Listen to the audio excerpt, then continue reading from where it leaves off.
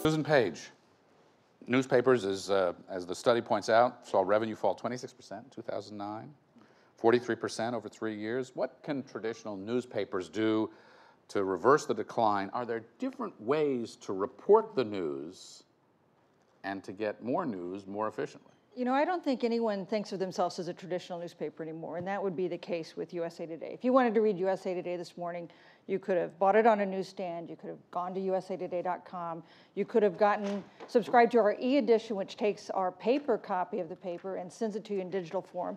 I'm not entirely sure who that's for, but we're selling that. You could follow us on Facebook or Twitter. You can get into some buildings and see teases to our stories on a video screen in an elevator.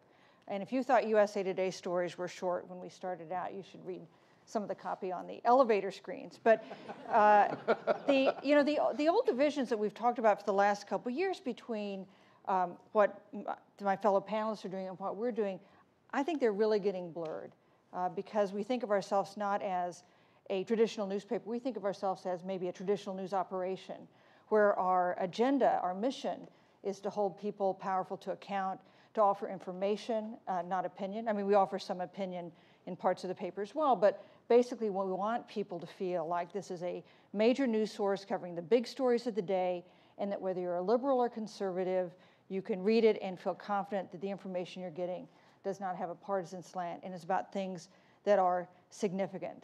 Now, it's true that this is expensive and that the decline in revenue sources has been a huge challenge. We've seen our newsroom shrink some, although not as much as regional and local newspapers have seen.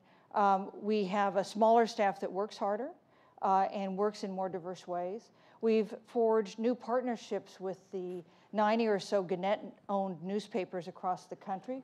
So now you'll see we'll sometimes run stories that ran in the Arizona Republic or the Des Moines Register, or we'll use those reporters to pursue stories that we want, especially breaking stories that happen in their part of the country. And so those are all the ways in which we have tried to adapt. But I think one thing we've learned from Tom's study and others is that it is still legacy media that is driving the conversation in this country, and it is still legacy media that is driving traffic on the web. So Tom's study, which I was reading last night, says that 80% of the links in social media sites and on blogs are to legacy media, are to newspapers that break stories. So how do we know that Governor Sanford was not walking along the Appalachian Trail? We know that because a newspaper, the South Carolina State, told us that. Or why do we know that Governor Patterson in New York was intervening inappropriately in a domestic violence case involving a close aide? We know that because the New York Times figured it out and told us. So the idea that traditional newspapers, or the traditional mission of newspapers, is one that's becoming archaic, I think is incorrect. You know, we're trying to figure out how to finance the journalism that we want to do. And I think none of us think that there's going to be some silver bullet. We don't think that there's going to be some revolution in classified advertising will suddenly come back and be the financial backbone of newspapers across the country. I think almost all of us think that it's going to be a mix of things. And you can see that mix just on this panel. It's going to be advertising on the web. It's going to be getting some revenue from the web from readers. And while the Pew studies show that people are not now willing to pay on the web for news, you know, there was a time when people were not willing to pay money for TV reception, but now it's customary. There was a time when my mother would have slapped me if I had said I was going to pay $1 for a bottle of water. Who here had not done that? So attitudes about that change. So I do not find these poll findings descriptive for the future. I think that could change.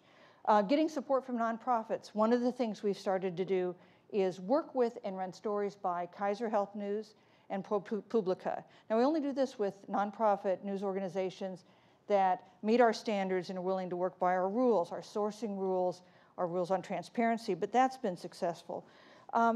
We've also been flexible about packaging the content we deliver. So increasingly, we do these one-time magazines about Obama's inauguration. That was a big seller, where we're really taking content that we're developing for ourselves and repackaging and then getting some more revenue for it by selling to people who want a kind of commemorative edition. We've done that with last month with a Muhammad Ali, about Muhammad Ali's 50 years in boxing.